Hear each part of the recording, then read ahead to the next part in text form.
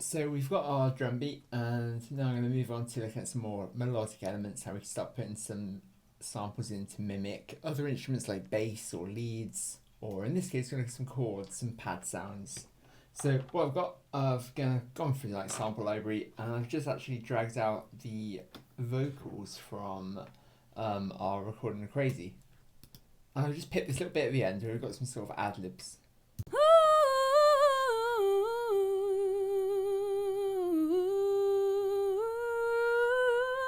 And the reason I've chosen this is it's got some sort of long sustained notes in it, which I reckon we can chop up and use for sort of musical elements.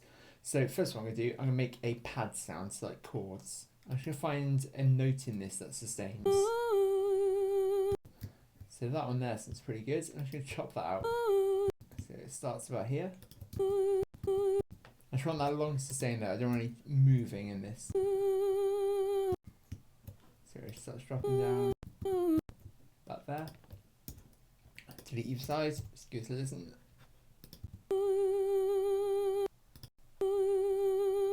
So just that long sustain note, and that's perfect for what we want to do. I'm going to put a fade in and a fade out on it, just so there's no clicking.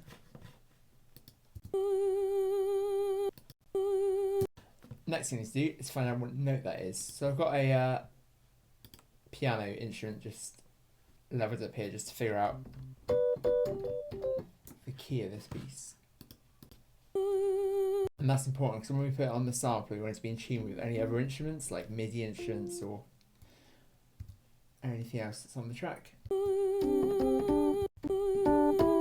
play along. There we go. So it's a G. So we need to sample this onto the G key of our sampler and then stretch it across the whole keyboard. So similar to drums, I'm going to control click and convert to new sampler track. And again, I'm going to go regions for this, and I'm going to call it vocal pad. And we said it was around the G, so let's go for that for now. And that'll give us this instrument below. At the moment, it's just on the one key, so we need to change that. Open up my EX24, and I'm going to edit. And this will show I've got my vocals here on this G key. But at the moment, if I play any other key, it doesn't make sounds. So what I need to do is stretch this. So it goes all the way up and all the way down as high and as low as I want the instrument to sound. So now the low is down to all the way down here, and the high is going to silly regions.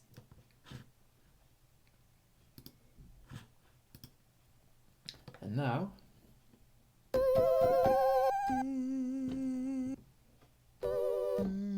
take it down a bit.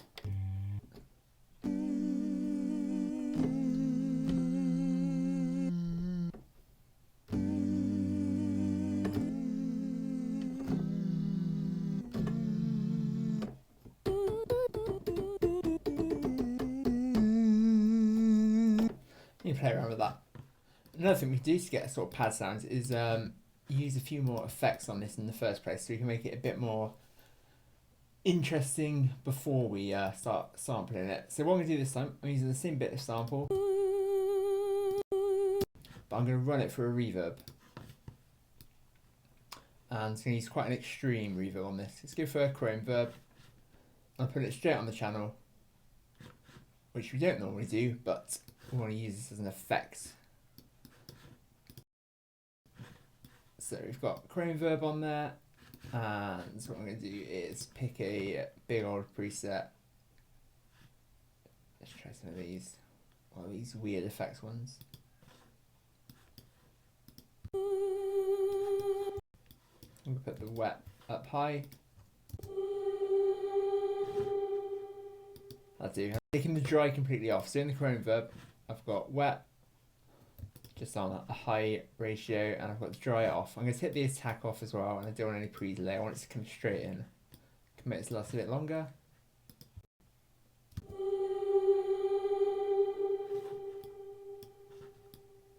massive.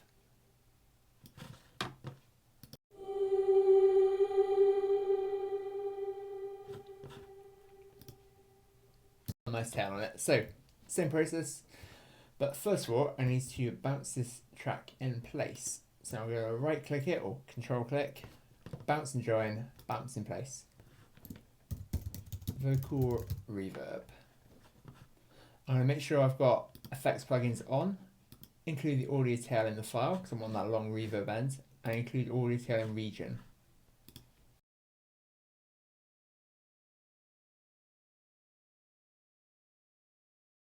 And now we've got this big old massive reverb here, so let's break it at the start. And we should, if I mute this one,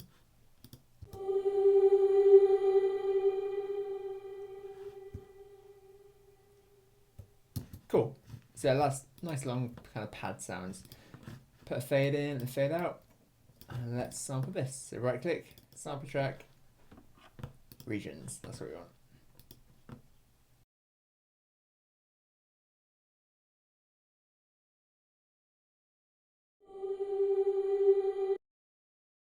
And let's stretch it.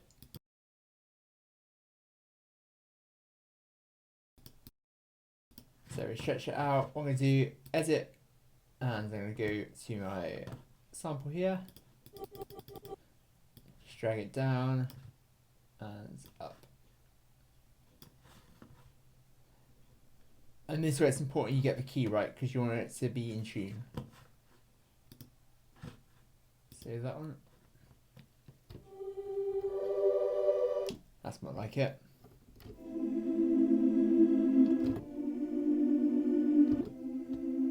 To make it a bit more pad-like, we start playing with some of the controls on the EX24, makes it a little bit bigger.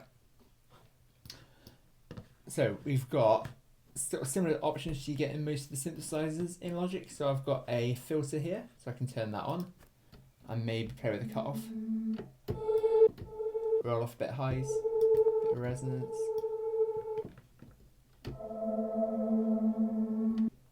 And let's pull the attack up. So envelope 2 controls the shape of the sounds on this one. Let's get a fade in. And let's have a long release. So the notes blend a bit more.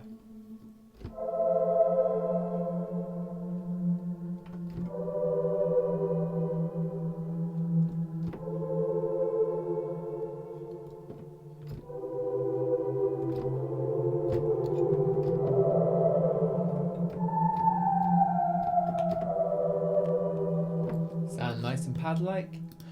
We can then kind of go to town on this and start putting effects on, maybe like a tremolo or something would be quite nice.